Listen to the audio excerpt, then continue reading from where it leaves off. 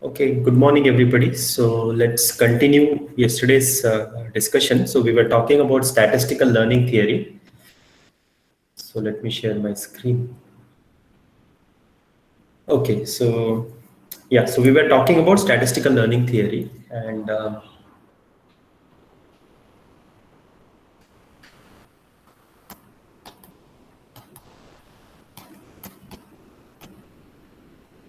I hope my screen is visible. Yes, sir, it's visible. Okay, so we were talking about statistical learning theory, and we were developing what was called as empirical risk minimization framework. And there we saw several things. So let me write the framework once again because all the notations will be used so many times. So it should be. So first you have X, which is the input space. So I should typically write it with that script. Let me just do that. So this is your input space. Then you have Y, which is your output space. Then you have your bag of classifiers, H. This is your bag of hypothesis. Okay. Then what you have to evaluate each bag, you have the loss function, L, which goes from your action, Y cross action to R. Okay, this is how to evaluate. The hypothesis H goes from X, okay, X to action space, right? These are the four things here. Then fifth, what you have is the what is called as the true risk. Okay, so this is R of H. So this is a expected value of L of Y comma H of X. This is the true risk. Okay, if you wish, you can call it as out of sample performance. Then sixth, so since we can't compute this, what we do is we approximate this from Rn hat of H, which is 1 over n summation L of Yi H of Xi. Okay, I going from 1 to small n. So that also begs the question, what is Xi Yi? Of course, that is your training samples, which we call it as Sn, Xi Yi, which is coming from the which is IID drawn from Pxy. Okay.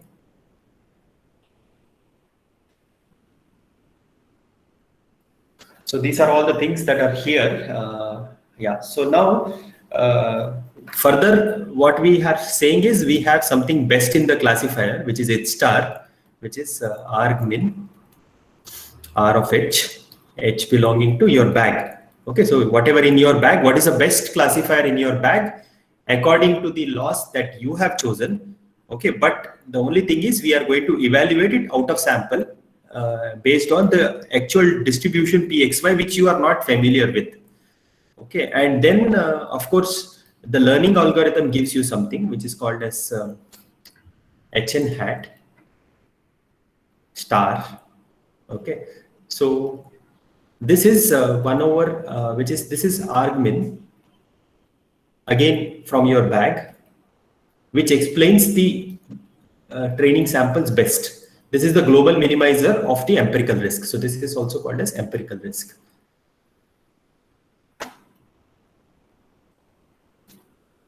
So are there any questions in the setup? So there are about 9 different things here, but are there any questions here in the setup? Okay, assuming everything is all right. So then what we said is that yesterday we understood that first we need to goals, right? We need to, can we get H star? Okay, how identifying H star, right? Identify H star, that is our goal. So that led us to the idea that how do you identify H star? Basically, you want whatever your learning algorithm is giving, that should approach H star. And how do you test for this? The true risk of your learning algorithm optimum, the global optimum of your empirical risk, that should go to the true risk of the best classifier, right? So this was, so let me just put it in boxes so that you see how we evolved our thought process, right? And that finally led to the idea that since we cannot do this, can we, because both sides are unknown, so that's a little difficult. So then we said, okay, maybe can you do this? Okay, so this is your data error. Can you show theoretically that data error goes to R of H star, where H star is the best? Okay, so and R is, so now this is what we can compute. So if you can prove this, that this happens, you don't need to know R, like what is the exact value of R of H star. If you can establish it theoretically that this can be done, then we can say we are able to learn and our hypothesis bag is good and our learning algorithm is good. Okay, so I hope this is fine with everybody, right? Are there any questions up till this point? So could you repeat the last part briefly, just one more time? Yeah. So Right after the second last box, so R of H hat n star approaches should approach R of H star. This is okay, right? Do you understand this? What this is Yes, saying? sir. Like this As, should happen. yeah, as I increase n towards infinity, I better have that the whatever I am identifying through my learning algorithm, the risk of whatever I am identifying through my learning algorithm should approach the best risk possible. That is what this is saying. Okay. Yes, Rohit. Yes, sir. Now, what we are saying here, this Rohit, we are identifying, right? This we are getting out of our learning algorithm. This is like your J of W star, right? Yes. This thing. So now what we say is, if we can show that whatever this J of W star is there, that is approaching true R of H star, then we can say, okay, my performance itself is Rn hat of Hn hat star. I can say this, and that will be very ideal. Yes. Do you understand why this is important? Yes, sir. So this, then your in-sample performance can be used to say this is approximating your out-of-sample performance. And then it is very good. This is very desirable to have. No, you don't have to worry. So your in-sample performance, if it is small, you can claim that you are doing well in the actual world as well. So that is why we want this. Yes, sir. Okay. You seem to be a little doubtful still. Is it okay? I forgot what the conclusion was of that we did last class from weak law of large numbers. Oh, yeah. That anyway I'm going to go through, but this is just the setup. So we are again going to go through the weak law and everything. So so far it is okay, right? Yes, sir. Yes. Sir, I have a doubt. Yeah. You said that if we are able to theoretically establish the last box, then it also means that our bag of hypothesis is good enough. It is good enough. I mean, yeah. So why it is good enough? Because you are able to get to the best in your bag. Yes, sir, but that bag might not contain like a good enough approximation to the actual hypothesis. Yeah. So We you will assume that, right? No. So whatever you are saying is R of H star itself may be low. That is what you are saying, right? R of H star. Maybe high. High. Yeah. Okay. You want to minimize the risk, so it may be very high. Yeah, that is an issue which we will again come to when we are doing model selection. So that is when we will talk about validation and things like that. But for now, since we don't know that there is something called as a God-given classifier, at least we are setting our target low. Given the hypothesis bag that we have chosen, are we able to at least get to the best in our bag? If that doesn't happen, it doesn't really matter. We can just not even worry. This is like the very minimal thing that I'm asking. Yes, sir. Got it, sir. Yeah. Okay. So I hope this is an important point. So I hope everybody is understanding this. So if there are any questions, this would be the time to ask. Okay, because things will get even more murkier. So if you don't understand this, then at least you don't even know what's the goal that we are trying to achieve, right? So okay, I'm hoping that this is clear. So moving on. So then we said that there is something that statistics gives us, which is called as the weak law of large numbers. So that is what I'm going to talk about now. Is this color visible? Is this visible to you, or should I use a different color? So blue or black would be, I think, better. Blue, black, Yeah. red. Okay, so let me use black. So Thank you, sir. yeah, so weak law of large numbers, right?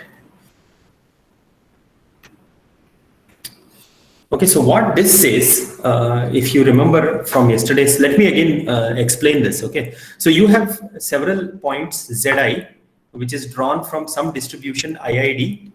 Okay, I going from 1 to n. IID from a distribution where expected value of Z, let us say it is equal to mu. Okay, then what you do is you have Mn, which is equal to 1 over n summation Zi.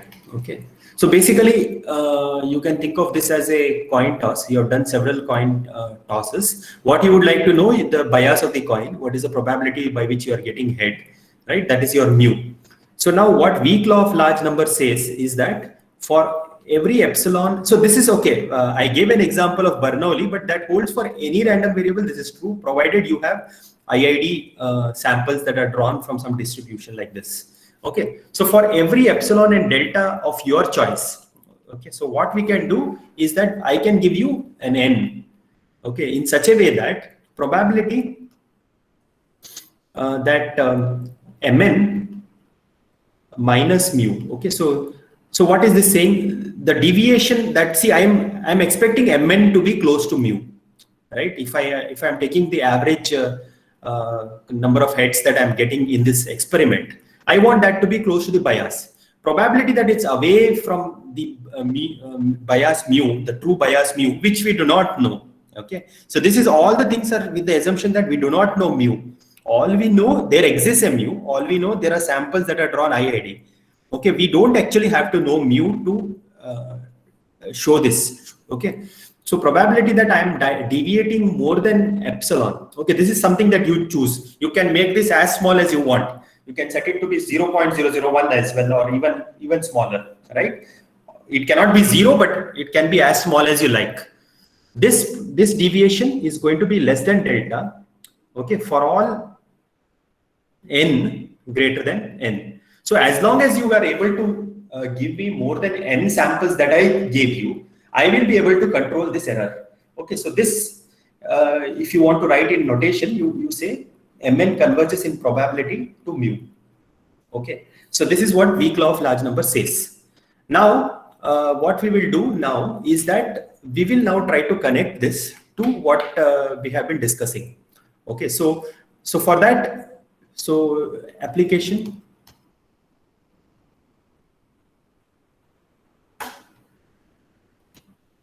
Weak law of large numbers to empirical risk minimization. Okay, so that's what we are going to do now. So what we will do, we will say, first thing, we will pick an h, fix an h belonging to h. So pick any favorite classifier from your bag. Okay, so if it holds for your favorite classifier, it also holds for my favorite classifier, it also holds for anybody else's favorite classifier. So it means that this holds for every classifier in that bag. Okay, so now what I will do is I will basically look at R of H, I will take samples L of yi, comma h of xi. Okay, I going from 1 to n. So how did this come? Basically what I did was we had xi, yi, which was coming, I going from 1 to n. So from that we can construct this. Okay, so now what is expected value of z? So that is nothing but so this is the playing the role of zi. Expected value of z will be now expected value of y, comma h of xi. Okay, so this is going to play the role of r of h. Okay, the true risk. And now Mn, what is Mn? Mn will be 1 over n summation L of yi h of xi. That will be playing the role of Rn hat of h. So does everybody understand what we have done? Is this clear to everyone? Can I? Yes. Yeah, okay, good. So now you see everything we have put it in the framework of weak law of large numbers. So you have IID samples which are collected here. You have MN which is here, which is your empirical risk, and then your true risk is your E of Z. Okay, so now we know through weak law of large numbers, we know that Mn converges in probability to E of Z. Okay, or in other words, Rn hat of H goes to R of H, okay, in probability for every H belonging to my bag. Okay, so now it is a good time to compare if that is the same thing that we wanted in the first place. Okay.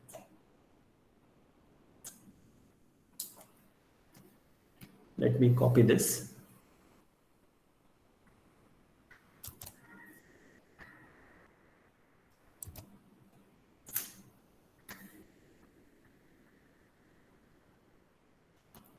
Okay, so this is what we get, but what we wanted was something else, right? So because Hn star and H star are different, here we are only able to do for a fixed H. I'm able to do, but I wanted for Hn star and H star. So this is not exactly the same. Okay, so I will give you a homework to do. So with probability 0.25, it will come in your final exam. Okay, so all of you can see if it is worth doing. So the homework is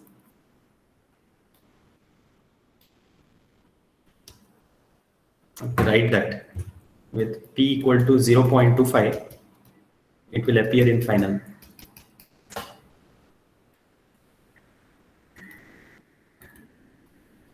Okay, so what is the homework? So look at the PAC example. So look at the PAC example, PAC learning example discussed in class. Example discussed in class. So what was the PAC learning example? You had, let me draw that. So you had these medium built persons, and then there was a God-given classifier like this, right? And then we took two bags. One is all axis parallel rectangles. Okay. Then C2 was equal to 2 power x. Okay, so for this framework, you show that C1, whichever is, and then see, PAC learning is noiseless. So empirical risk minimization is noisy. But what you can do is you can say P y given x is degenerate. This we discussed yesterday. So if it is degenerate, then PAC learning framework can be thought of as empirical risk minimization framework. What you do is you check that this condition, our C equal to 2x does not, so C2 is not consistent. Yeah, so C2, so if you pick the bag C2, empirical risk minimization over the bag C2 is not consistent. Okay, you have to check this. This is one thing. And you have to show that C1, empirical risk minimization, is consistent. Okay, so these are the two things that you have to show. So what you need to show is that for the bag C2, I will not be able to get this or this. One of these two things you can show. And for C1, you have to show that this happens and even this happens. So is the homework clear? Yes, sir. Okay. So now coming back to the problem. Okay, I just asked Rohit, but I think I should ask others as well. Can you please let me know in chat if everything is clear so far?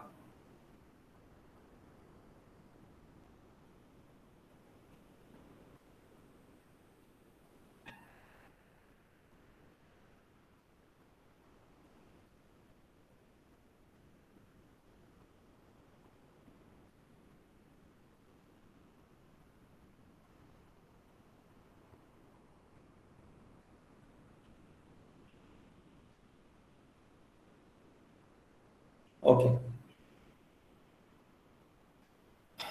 All right. So now, oops. Okay. So now, Yeah, so then what else do we have? Yeah, so now coming back to the problem. So what we are getting from weak law of large numbers is that Rn, so let me just copy all these three things once again. Okay. Or maybe, yeah, I will do that.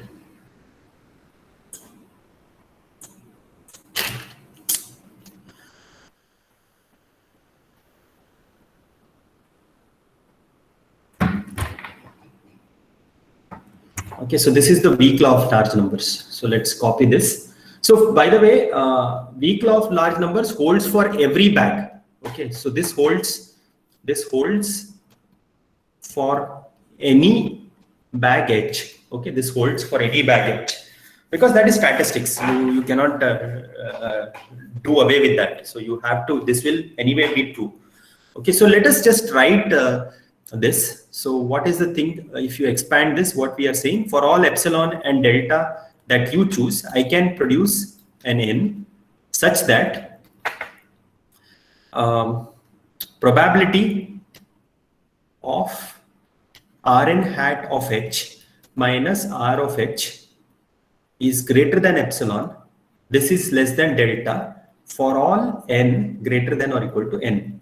So this is what is the full expansion of weak law. Okay, so this is the full expansion. Now, in order to get consistency of empirical risk minimization, consistency of empirical risk minimization means you are able to achieve these two. Okay, so let's just copy this once again. Okay, that bad idea.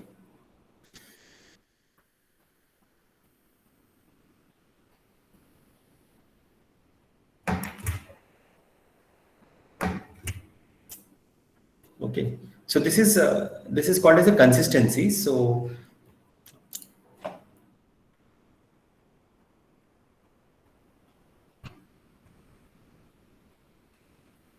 there is a theorem that we are going to state, and I will give you some hint why that is true. And yeah, so that is what it is. So this let me just write this. So this is called as consistency of ERM. So if you are able to achieve, okay, so by the way, if you achieve this, you can show that it achieves this. So all you need to ensure that something is consistent, or you can learn, or you can identify the best classifier in your bag is if you can do this. Okay, and now there is a theorem that we are going to state without proof. So the theorem says,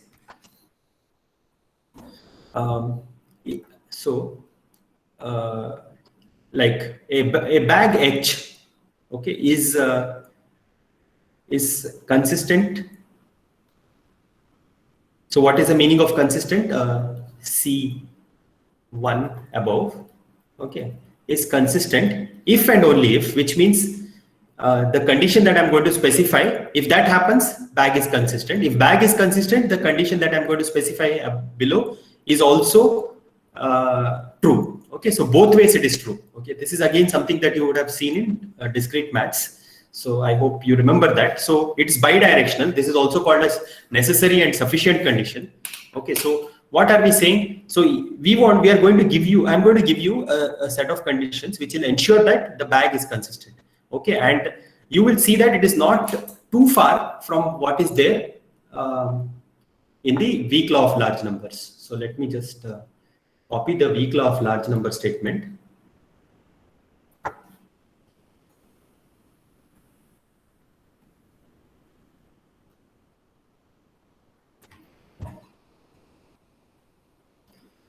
Okay, so yeah, let me just write. So this is not the correct condition because this is achieved everywhere. So this is not the correct condition. What is the correct condition is, I will move this here.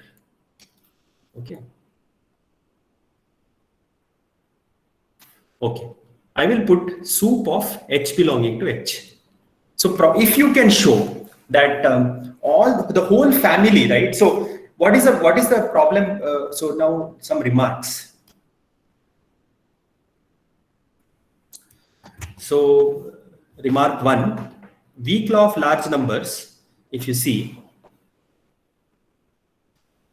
Okay, so here this is true for every h belonging to h. This is what weak law of large number gives. I am saying what we want is a soup over here. Okay, so before really understanding this, let us see what the weak law itself is saying.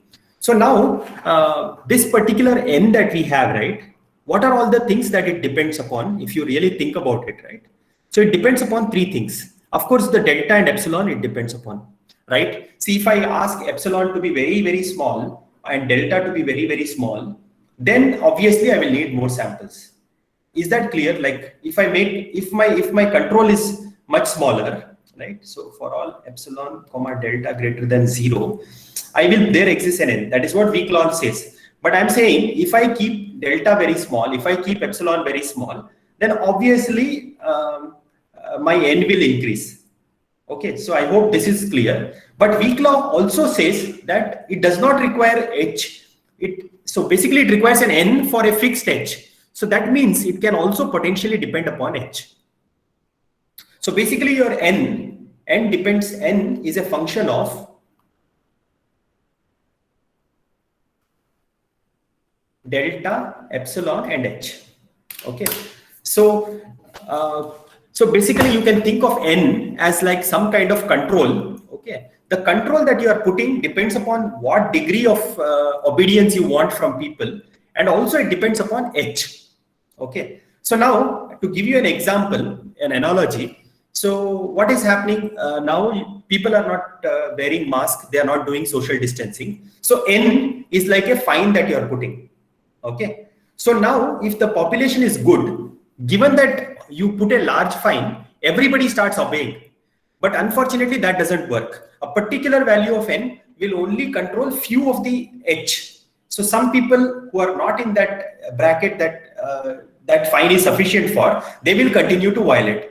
To bring them into the obedience list, you need to increase n.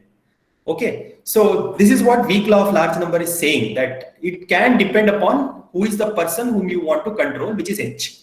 Okay, what we are asking, as a population itself, the entire group is able to be controlled by an epsilon delta for this one n. Okay, so this n doesn't depend upon any h. This n is enough to ensure that everybody is compliant.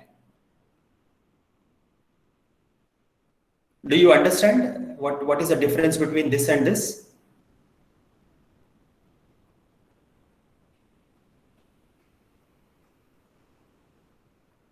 Somebody has to say something, otherwise I don't know what is going on. No, sir.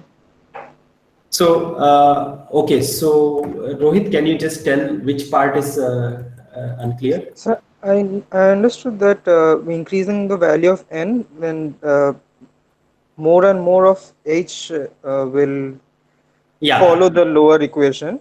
Yeah. But I do not. How did we relate that to the upper equation, that is this? Yeah. So you imagine this is one population. Your h is a population, right? So h is your bag. So this is for a particular bag. We are guaranteed this, but this is not enough. What I am asking is that my bag should be well behaved. Okay, so this is a well behaved bag.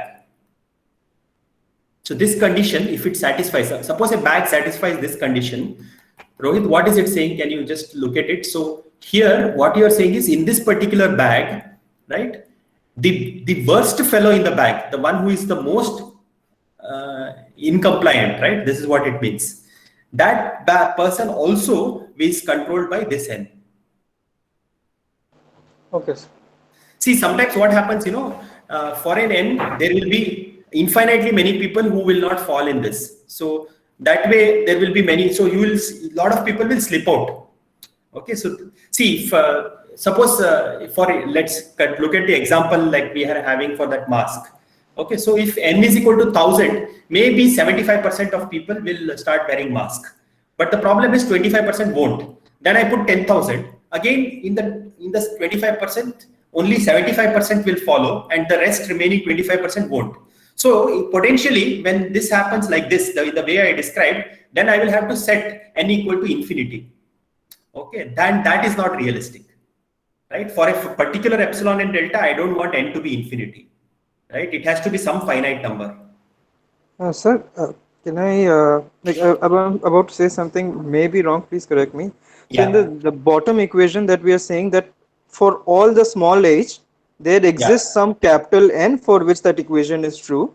But for yes, the boxed equation above, we are saying that there like this, uh, like we pick an N and then for all the h's in that bag, this should be true. exactly. That is what it is saying. Okay, sir. Yeah. Okay, thank you, sir. Okay, so can I quickly check in the chat if this is clear to people? What is this happening and why it is well behaved? I'm saying yes. Sir, I didn't understand what in the first equation, what's written inside probability. I didn't fully understand that.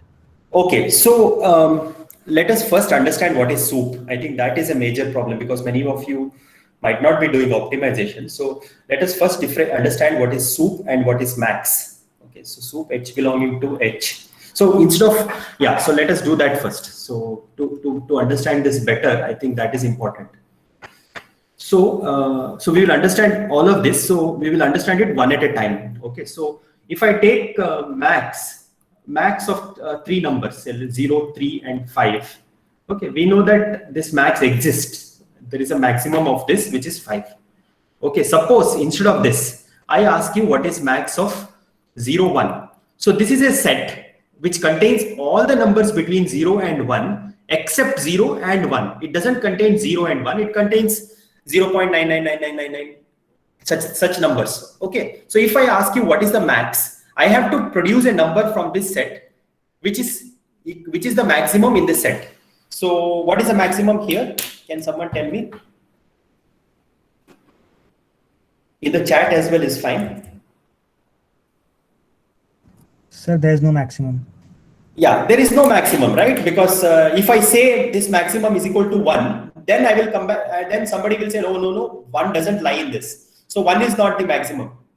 Okay, so this is not the maximum. So somebody will say 0.999, maybe 100 such numbers, right? Then I will come up with the same number and I will put a 1 in the end of it. Okay, so you cannot write a number with infinitely many nines and such things. So those things are not permitted because there is no such, see, infinity is a limiting concept. Okay, it is not you cannot write it, right? So you cannot do things like writing infinitely many 0.9999s and say that is, so those things are not permitted. So the clearly you don't have a maximum in this set, but what you have is what is called a supremum. Okay, so supremum, what it stands for is it stands for greatest, lowest upper bound. Okay, so lowest upper bound. So what that means is I can take, so this is a number which is 0 to 1. What's an upper bound to this number? 2 is an upper bound because everything in this set is less than 2. Okay, but 2 is not the lowest upper bound because I can always find 1.5 or I can do 1.2. Okay, so in that way, if I keep doing this, so supremum of 0.1, so 0 to 1 open interval is going to be 1. Okay.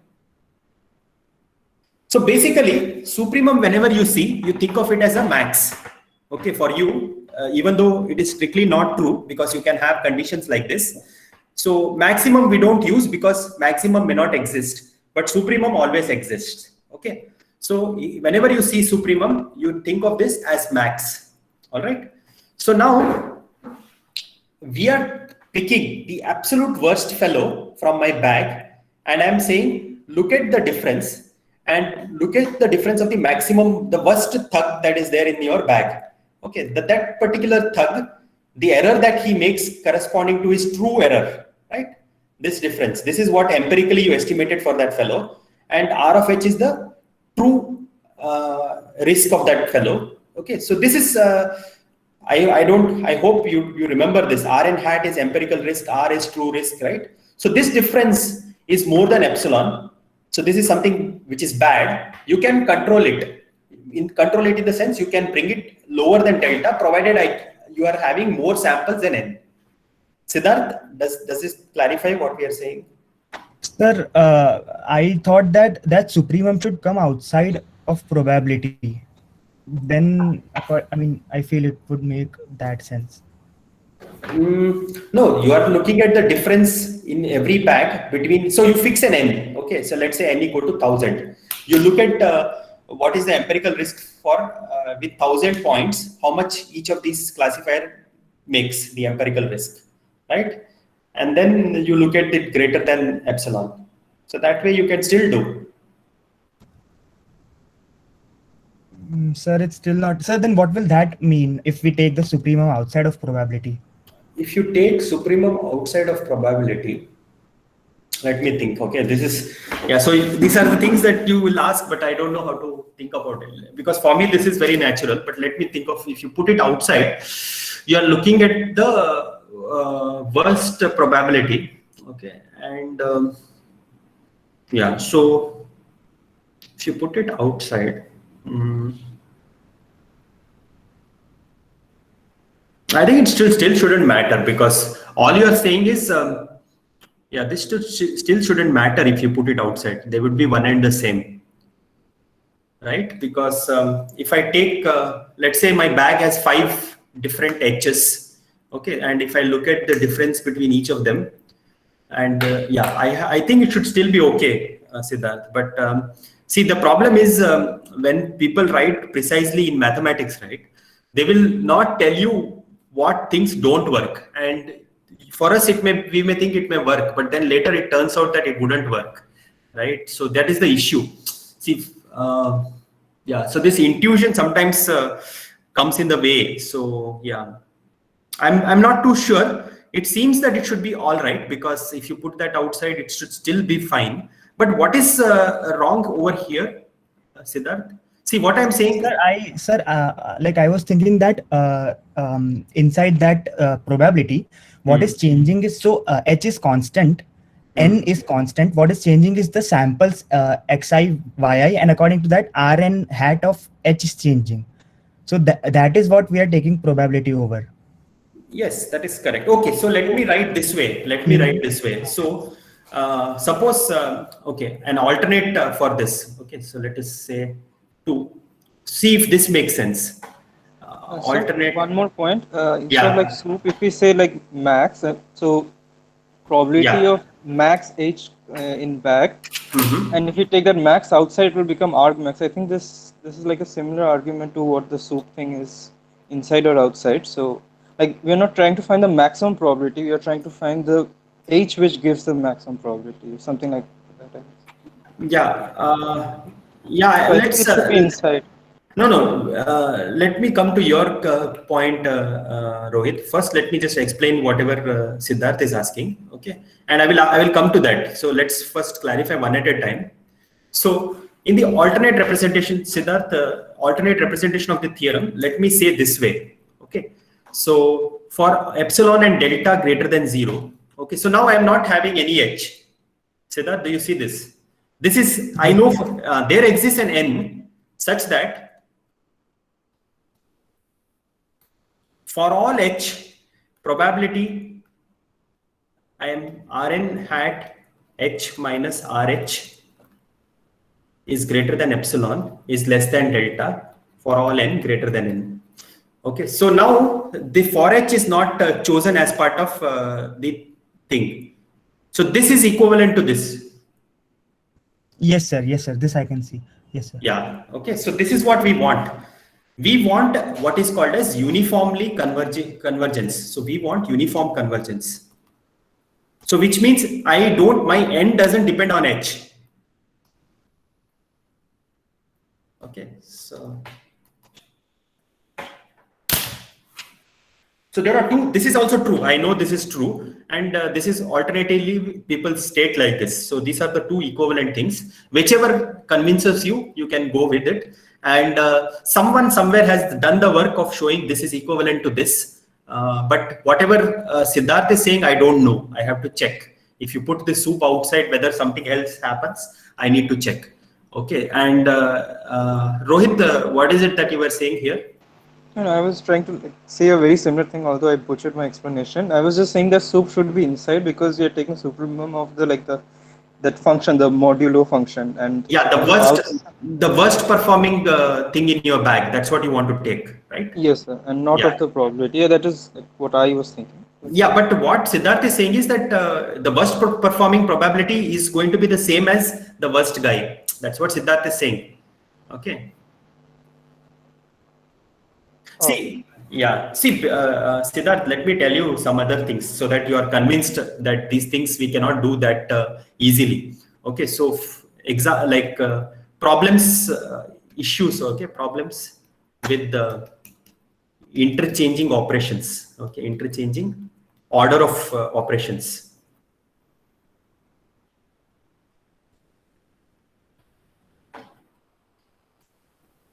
I don't know if you have, yeah, I think I explained this I don't know if in this particular machine learning course we have done. But anyway, so you take limit of 2 sequences. Okay.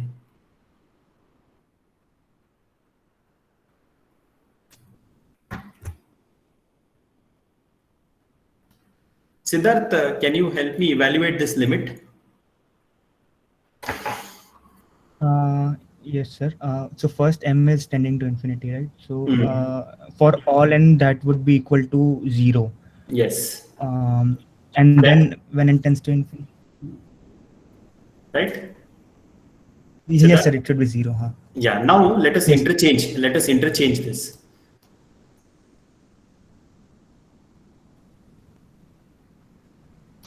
Now you tell me. Sir, it should be.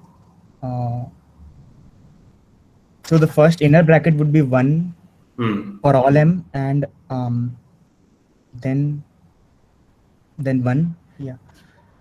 Okay, so when you interchange operations, things are problematic. Okay, so even though what you say seems correct, right? See, somebody will think if I don't give you this example, you will think, okay, what is there? I can change limit any way I like, but it could be an issue. Okay, so when it is very evident to me that, see, this is what we want. If this is what we want, this is equivalent to that, we can clearly see. But putting the soup outside, I cannot say. I have to think about it for some time. Okay, because some such things might happen.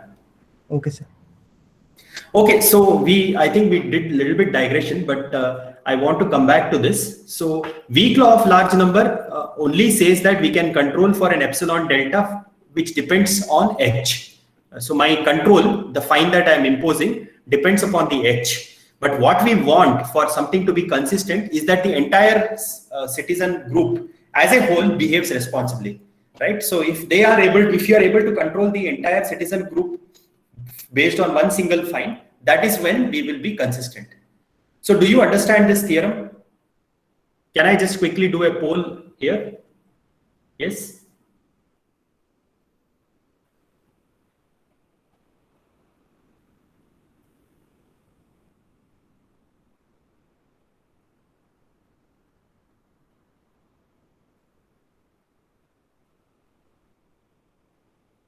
Okay, very good.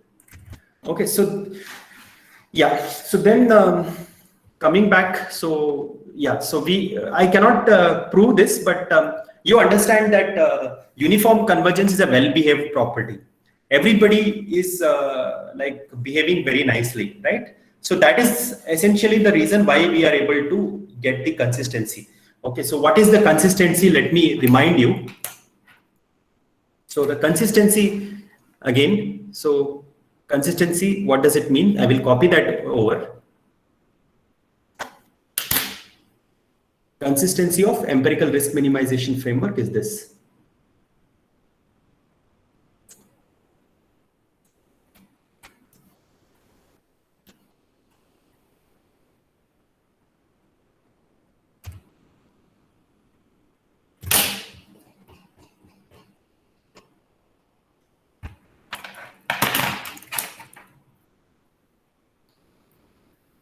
Okay, so let me just, for the sake of giving you some idea about how the proof will go, let us prove this, one of these relations. Okay, so let us prove that if this happens, I will prove only one of this. If this happens, we are able to get this. Okay, so let me just do that. So first, what is the meaning of this? So R of Hn hat star, okay, minus, yeah, so let me, let's write this properly. So probability that supremum of, so there is no supremum, right? Sorry. R of Hn hat star minus R of H star is greater than epsilon. This is less than delta for all, for a n that is chosen for a particular, for all epsilon and delta greater than 0, there exists an n, right? This is what the statement says. So I'm going to show this implies this. Okay, so this is the true risk, this is the empirical risk, true risk. Okay, so now to do that, we need to look at this, right? So Rn hat of Hn hat star minus R of H star. So this is what we need to compare. Okay, so this is what we need to bound. So what I will do is I will do Rn hat of Hn hat star minus R of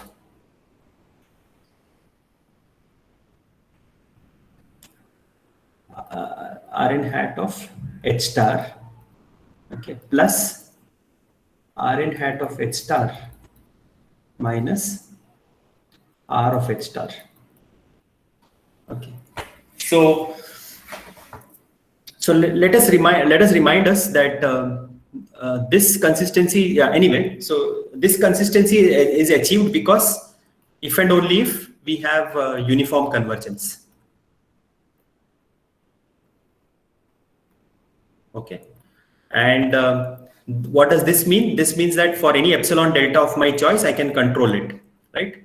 So now, if I'm giving you mod of A, okay, so what is this? So mod of A plus B, if I give you, you can, so let's just write this. So let's take, this is like A and B. So mod of A plus B, we know that is less than or equal to mod of A plus mod of B. You take any numbers you like, okay, 2 and minus 2 plus minus 3. Okay, this is equal to 1, which is less than mod 2 plus mod minus 3, which is 5. This is always true. Okay, so this is less than or equal to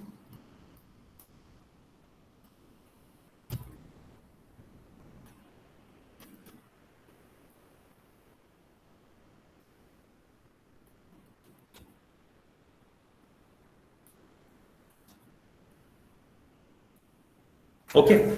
So this is on the left hand side, what do we have? We have the data error, the true error of the best classifier. We want to say that they are close to each other. It is of course upper now due to the algebra that we have done. We know that this is close to this thing plus this thing. Okay. Did I make some mistake? No. Let me just carefully see this. Rn hat of Hn hat star.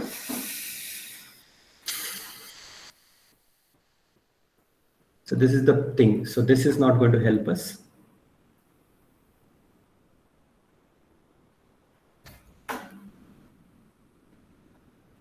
Yeah.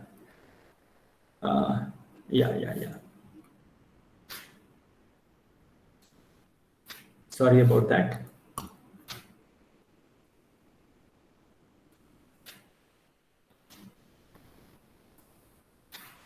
So I'm just adding and subtracting some number. Okay.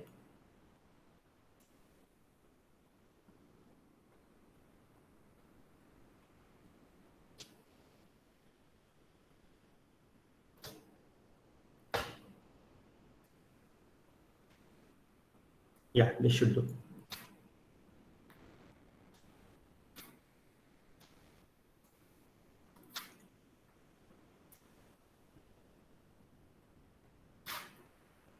Okay, so this is, let me explain all of this again because I got a little confused, so you will get even more confused. This is my data error, right? This is my best performance achievable, best performing risk, right? And now what I have done is I have added and subtracted this number. This should be okay, right? Some constant number. So this doesn't change anything. So this is still equal to this. And using triangle inequality, I have broken it down into 2 parts. Okay. So I wanted to do this, but I have now bounded it in terms of 2 other things. Now what I am saying is this thing we can control. We can control this. Means what does this mean? For any epsilon and delta, I can make this as small as I want, provided I give very large enough n. Why can we control this? Can someone say? Weak law of large numbers. Weak law of large numbers, and moreover, we have uniform convergence as well. Right? See, we are in the world where this is achieved. And this can be achieved if and only if uniform convergence is there, which is a stronger form of weak law. Okay. Now, what about the second one? Why is this? Why can we control this? How is this controlled? So this is actually due to the stronger form, because here the 2 things are different. But HN, okay, that is correct. So uniform convergence is necessary, you are saying? Yes, sir. Okay, I agree. So how about the second term now? How do we control this?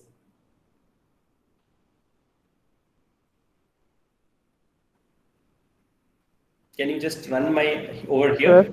Siddharth said the second term looks like the uniform convergence criteria. No. The uniform convergence criteria is just this. Okay, uniform convergence criteria is this. This is called as uniform convergence.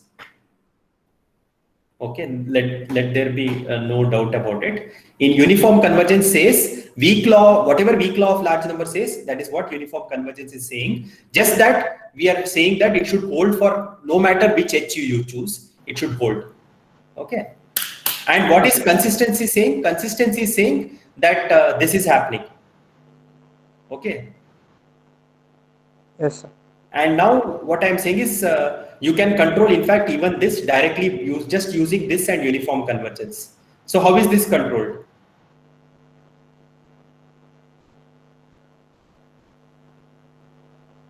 Rohit? Consistency? Yeah, this is just the consistency of ERM. Okay.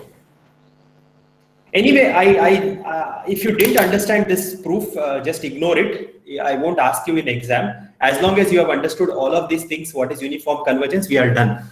Okay. I just wanted to show you how people do from uniform convergence. How do you go and prove consistency? To give you some idea, I explained this. Okay. So now, so this is essentially the consistency. What is necessary for consistency is covered. Okay, so tomorrow we will again continue from this, and we will look at what are all the hypothesis bags where this is achieved. Okay, so that is what we will do tomorrow. But for now, I want all of you to just let me just summarize everything, and then we will stop. Okay, so we began the statistical learning theory with back learning framework, where we had a assumption that there is a God-given classifier. Our bag contained that classifier. Okay, 2 very unrealistic assumptions, because in real world, your data is very noisy. Okay, you have this Px, x comma y, there is a joint distribution. X and y is correlated, which means some x's will increase the chance that some y is 1, but that is not always the case. For the same x, you may have 2 different y's.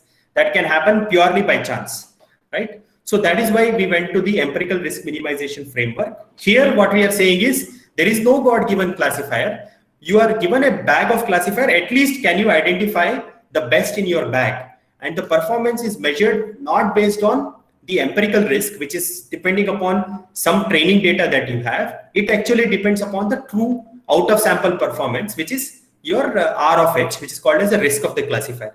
Okay, so that is why we went from this goal, we came to this goal. We would like the true risk of our learning algorithm classifier to approach the true risk of your final classifier. This box over here is called as the consistency of empirical risk minimization. Okay, so from this box, we showed that this happens. So this is also going to, these two can be thought of as one single unit if you wish. Okay. Now, weak law of large number actually gives us some things directly. Weak law of large number says that for every h, I can show that with enough samples for a given h, I can show that it converges to the true risk. The empirical risk converges to the true risk. That is for a given h, but it doesn't give you something like this. Okay. So again, I would like to remind you that there is a homework here which with probability 0.25 may appear in the finals. So please work it out. Okay. So put the problem that we discussed in the class in the pack learning example, put it in the framework of empirical risk minimization and show that C1 is consistent, C2 is not consistent. Okay. That is your homework. And okay, coming back to weak law of large numbers, formally stated, what it says is you can for an h, you can produce for any given epsilon and delta, you can produce an n. Okay, but that n depends upon the h, depends upon the delta, and depends upon the epsilon. Okay, so what that means is your hypothesis bag has several things. Okay, and you are able to control a few things by a particular n, but you are not able to control everybody. So that is a problem. What you would like instead is that you for a particular delta and epsilon, there has to be only an n which doesn't depend upon h. If you are able to do that, that is called as uniform convergence. That is also alternatively stated as supremum like this. Okay. So what this says is the worst fellow in your bag is also compliant provided you give enough number of samples. So this is like a very nice property. Everybody is as a whole, they behave similarly. That is what it indicates, right? So if this happens, you will get consistency of empirical risk minimization, and that is over here. Okay, then we just discussed a small proof. I don't know how many of you followed it. Okay, but if you didn't, it's okay. If you have understood until this point, it is fine. Okay, so as long as you have understood till here, it is fine. So tomorrow, what we will do is we will pick from this point. We will take this condition, this theorem. We will write this over again, and then we will look at when we can achieve it. Okay, so which are all the bags where this condition is achieved, uniform convergence is achieved. Okay, and then what we will do, using that bag, we will look at various learning algorithms that you have seen, and then we will we'll check whether each of the learning algorithms that we have seen, whether it is satisfying uniform convergence or not. In the process, we will define what is called as VC dimension. Okay, that is the plan for tomorrow. So tomorrow, I may take like 15-20 minutes extra to cover this. So yeah, so that part, once the time is up, those of you who would like to go, that's fine tomorrow. But any case, this is what we have done so far. So if there are any questions, please let me know. Otherwise, we will break for now. Okay. All right. Thank you very much. Thank you, sir.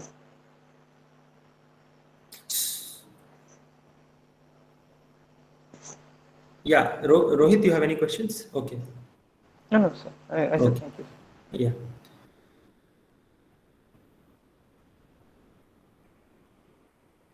So actually, I have a question.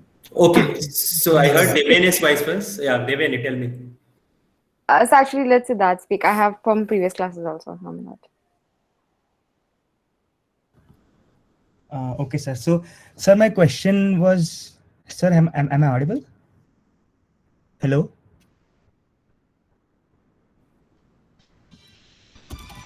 Hello, Siddharth. Yes, sir. Yeah, please go ahead. Yes, sir. Sir, my question was on that thing only. Sir, could you go to that slide? Yes. Sir, yes, sir. In this, in the second one, in weak law of large numbers equation, yes, sir, there, our H is fixed, no? Inside the probability, our H is fixed. H is fixed. H is fixed. What is variable is X and Y, Rx and Y. What is variable is X and Y, exactly. So that is why we are taking probability over, yes. So, sir, if H is fixed, then having a supreme, then in the above equation, which uniform convergence equation, having a supremum over all H, sir, having it there doesn't make any sense, no? Because what we are looking at is a difference in terms of X and Y. So you are looking at, you are not, so supremum is not this single fellow. What we are asking is like, you are looking at for a particular edge, what is the worst difference and trying to pick that guy. Sir, but sir, I have one way of looking at the equation where supremum is outside. Sir, I understood your question. I understood your question. Let's do one thing. I will come back to this, but this you should be convinced, right? This should be okay. Yes, sir. That thing is okay. So this is what is uniform convergence. Okay, so people state it this way. Let me think of what you are saying. Okay, I understand what you are saying. The probability, the uncertain thing is the samples here. Okay. So, yes. So what you are saying, I understand very precisely. Sir, can I explain a way of thinking about it? I thought of something. Okay, go ahead. You go ahead. No problem. Yes, sir. Yeah. So, sir, could you go back to, yes, sir. Here, if we have supremum outside, if we don't have supremum, then what we have is for each edge, we can think about it this way that for some epsilon delta, we have some n, right? So now let's fix n and epsilon, and for that we are looking at delta. And now we introduce supremum outside of that probability. So what we are doing is that we are considering all the different h's, and we are looking at their probabilities that the difference is greater than epsilon for with this fixed n, with this fixed. And now, if our bag is consistent, then the worst h will also be confined with some delta. Yeah. It is reasonable, Siddharth. I have to little bit think about it because the textbooks are saying like this. So I understand what you are saying. This seems to be a stronger condition, right? That's what you are claiming. This seems to be much. I'm not able to understand it because it is a bit weird. There is h is not even variable there. No. What? Why? No. This h is within this. This is h is variable, right? I'm going through all the possible h's and I'm comparing Rn hat and Rh. I'm comparing this, right? So I'm looking at all the possible differences and then looking at the maximum difference. Yes, sir. So then if that is greater than epsilon, then I'm asking what is so that being greater than epsilon depends upon what sample I have chosen. Sometimes it is less, sometimes it is not. So that's why there is a probability. But sir, then again, the probabilities, the uncertain thing is samples also, xy. So no, the sample, So we have to understand where the samples have been, where what is the thing that is uncertain. So the probability when you take here, let us think about it a little bit. Here, this is a fixed quantity. That much I think all of us can agree. Here, Rn of h, right? This depends on the sample that you have chosen as well as, no, it doesn't depend upon the samples. It only depends upon x and y because h is fixed. It only depends upon x and y, correct? Sir, samples means x and y only, no? I will tell you what I meant by samples. So there is Sn also, right? So this can control your Hn hat star. So I was talking about this samples. Sn I thought of as simple. So no, but here H is fixed. So it doesn't depend upon Sn. It doesn't depend upon this. Only depends on x and y. No, sir, but so we have some h. We are not concerned with how we are getting that h. But for that h, the empirical risk still depends on Sn, right? Because no, sir, the empirical risk. Wait. It still depends on Sn. So you are right. Because we are not considering Hn hat here.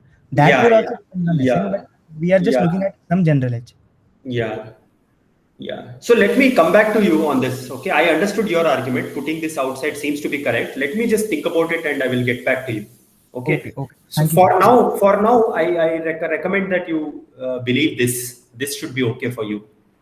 Yes, sir. Okay. Yeah, I will mail you separately and I will discuss this with you. Okay. Okay, sir. Okay, thank you, sir. Okay. All right. So Devyani and others, Siddharth, any other questions? Sir, actually, I had a question in the same thing. Could you explain the interpretation of the probability there? Like Here. just the term. Yeah, even in weak law of large numbers, when we wrote it for the H context. Yeah, Right. weak law we will look at. You want to look at in this context or in the H context? H context. Okay. So Okay. how do I interpret the probability there? Yeah. So So here the Mn, if you look at, right, this is a random thing. It depends upon the samples that you are drawing. So if you draw more samples, it will get more and more accurate, right? Yes, sir. So what I'm saying is Mn is a random variable, isn't it? Because it depends upon the n that I'm drawing. Yes, sir. So if I increase n, the errors that I'm making will reduce. So that is where this capital N comes. The probability is taken over the fact that Mn is random. Mu is fixed, but we don't know. So Mn is random. So that's why we are taking probability over outside. So in the probability, you're essentially checking different n sets of sample points, and then across all of them for a particular H, you're finding the probability, right? If you remember in the first assignment, I had asked you to do this, right? So what we did was, I don't know if I had asked, but I think I have asked. I asked you to do like 100 coin tosses and estimate p hat, right? And then, so using 100 coin tosses, then I asked you to repeat one 1,000 times, something like this. And then I asked you to draw the histogram. So what you get is a thing with 0.5 in the middle, something like this. I had asked you to do. Do you remember? Yes, sir. So now it varies. So now the probability, what I'm asking is, what is the probability that it is greater than epsilon? So if I choose epsilon to be 0.25, so I'm asking this probability. So this is 0.525, so 0.475, and this is 0.525. I'm asking you how many times in thousands do I fall outside this range. So this is this epsilon here is 0.025, and the delta is the outside thing, the shaded region. So what I'm saying is, whenever you do an experiment like this, sometimes it will be within epsilon, sometimes it will be outside epsilon. That just depends upon the sample that you chose at that time. Okay, so sometimes it will be within the range that you desire, sometimes it will be outside. Whenever it is outside, it should not fall outside more than delta proportion of the time. That is what weak law of large number is guaranteeing you, that if you choose enough samples, this won't happen. Okay, sir. So then in that context, could you explain the one where you've taken the supremum? Yeah, so this is in that same context. So before going to the supremum, let's look at the alternative representation. So in the weak law of large numbers, the way that weak law of large number guarantees is that for a fixed H, I will be able to control epsilon and delta, but the n that I choose can depend upon the H, can depend upon delta, can depend upon epsilon. This is fine, right? Up until this. Yes, sir. So now what we are saying is, if you have uniform convergence, you don't need to worry about delta. Sorry, you don't need to worry about H, but any H. You just fix your epsilon and delta. I will give you an n, and that n uniformly controls all the H. So here you see there is a subtle difference. For all H is not part of the statement. So this is something stronger. What we are saying is, for any epsilon delta control that you want, okay, you can get a n which does not depend upon H, so that everything you can control here. So that is what is the uniform convergence. Is that okay?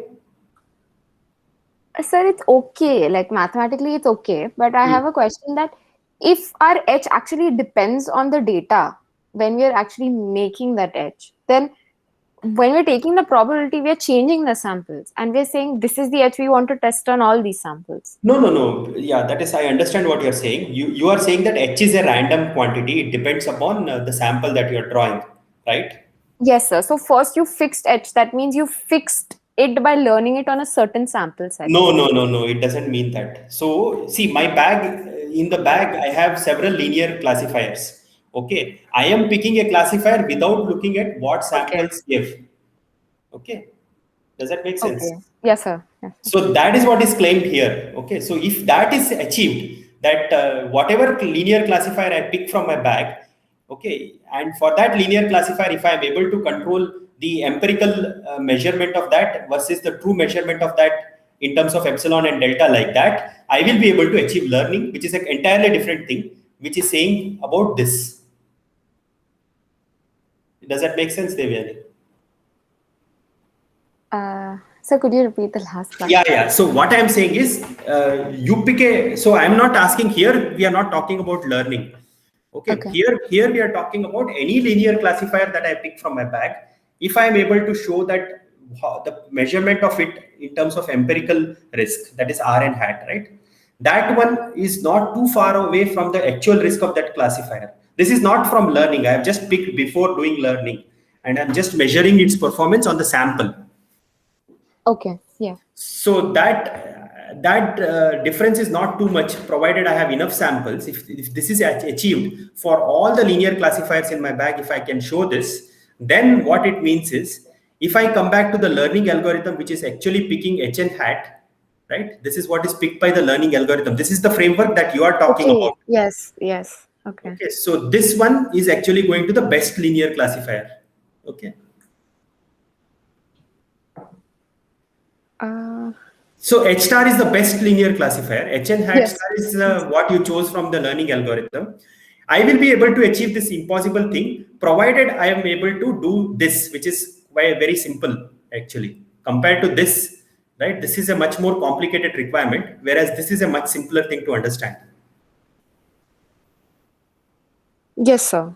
Yeah. So if I'm able to do this, I will guarantee this. That is what I'm saying. That's what this theorem states. Okay. Where is the confusion? I understood it mathematically, that I understood everything. Like I understood why that would make sense. But the moment you say that this implies, like this sort of leads to that, that's like I understand it mathematically in the proof, how the consistency is shown, but I don't understand why it should hold. Like you're saying that the probability of something that was learned on certain data will be consistent, like in some sense applicable to all the data, right? So you're talking about this one, or are you talking about this one? So I understood it. My question is, what is the intuition behind the one on top? So like this to that. Okay, what is the proof of this theorem? That's what you're essentially asking. No, sir. So could you scroll down to where we have consistency? Okay.